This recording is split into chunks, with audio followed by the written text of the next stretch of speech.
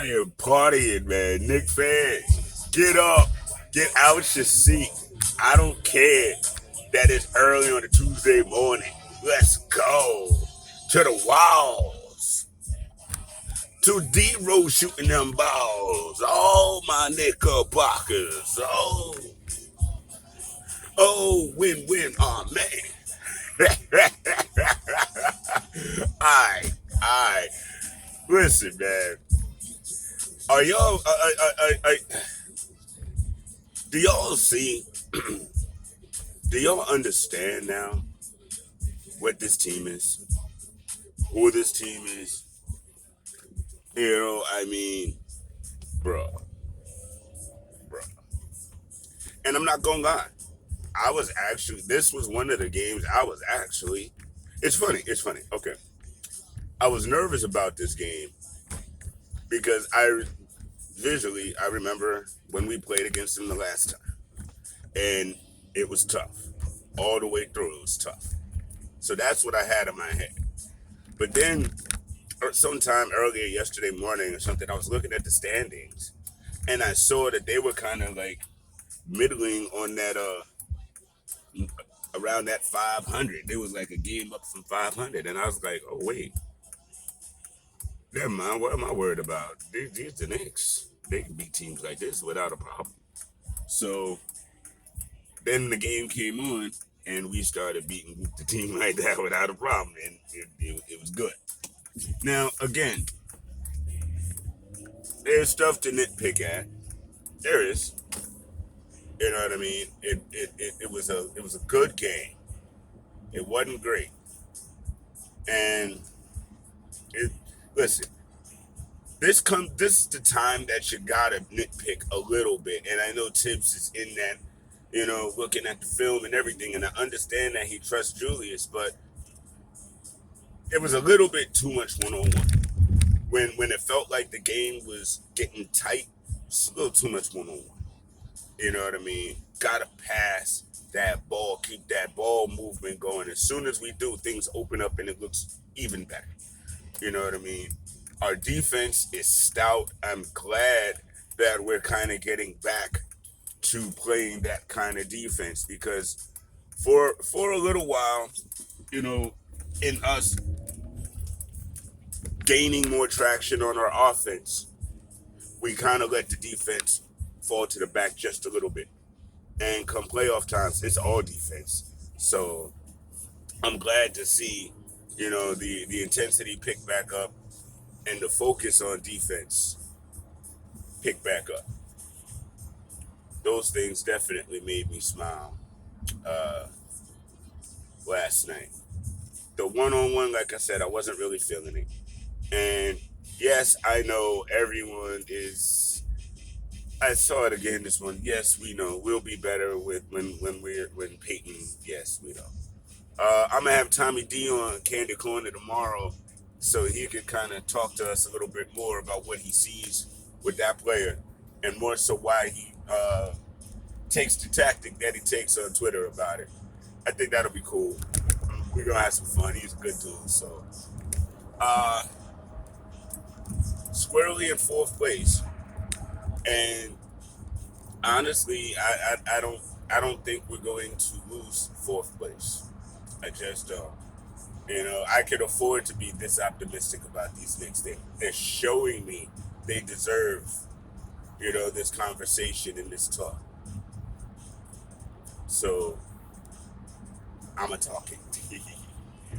uh, I want to give a shout out to Peel because to start the game, he was looking kind of deer in headlights. He was kind of the slowest moving guy on the court for us. But as the game progressed and as he got more comfortable, here came the blocks. And that's what we need. We are a blocking, we are a rim protecting, steals, we body up on folk, we play D. And I will say this. It was a veteran officiating crew last night. And the Knicks just had way too many fouls. Way too many. I mean, they had I don't remember what the end stat was, but there was a time during that game they had 22 free throws to our 9 and then 11. And that's what was keeping them in the game. They kept going to the free throw line. I told y'all yesterday Dylan Brooks was gonna go off. I always worry about him. He's one of them cats that got something to prove. With his Morris Day haircut, he got something to prove. You know what I mean? And he always trying to go out there and prove it. I don't know what was up with John Morant yesterday, but that ain't the job we used to seeing. You know what I mean? And I don't know what's going on with them or with that team, but I know one thing. They not the strongest coach team in the world because that's some mental discipline at the end of the game. For the coach to get thrown out, first of all, they weren't completely out of the game during that time. They weren't. And then the coach gets kicked out, and then there's 2 free throws. You know what I mean? And then something else happened to which there was 3 free throws given when Ja got kicked out. So I feel like somebody else got a tech, and then Ja got 2 techs. So all of that is an implosion on their part, and that goes to, a young team still being immature, making mistakes, crying too much, whatever it is. Because I'm still not sure exactly what happened to lead to them getting, thrown out.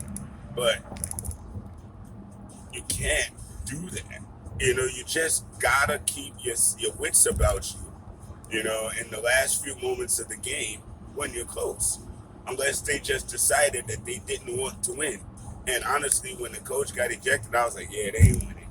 Then a minute later, John gets ejected. Yeah, thank y'all for the Christmas gift. We appreciate it. Now, we've got the Nuggets next, and then we got the Suns. To me, those are the hardest 2 games during this stretch. They just are, in my opinion. They're the hardest 2 games in the stretch. This would be where, if we're going to lose games on this road trip, this is where we're going to do it. But, excuse me, guys. Big shouts to Fro Magnum. She was like, if we beat the Nuggets, she is going to be talking reckless. And I'm with you on that. I can't be mad at that at all. Yo, I might be talking a little extra spicy, 2-piece with a biscuit myself there when we accomplish that. This is just really an exciting time, and I'm really, really happy for a lot of our younger fans, to be honest with you. You know what I mean? Because y'all really, really wasn't around for when we were a perennial playoff team, when we got these kind of vibes more than 1 season out of 10. You know what I mean? So I'm really, really glad that the young Knicks fans is getting to see what this feels like and what Knick winning looks like. Because honestly, if you really look at it, guys, and thank you all for listening to me this morning. I really appreciate it. I really appreciate any time you guys turn on my videos. But if you look at it, for Knicks to be playoff contenders, it's a certain makeup of a Knick team. It just is. I mean, even if we go back to the plantar fasciitis crew, there was a lot of defense played because there was a lot of veterans there. You know what I mean? That was guiding Melo and the younger folk. I think Melo had his easiest time and his most fun with the plantar fasciitis crew because he was playing with professionals that just knew where to be.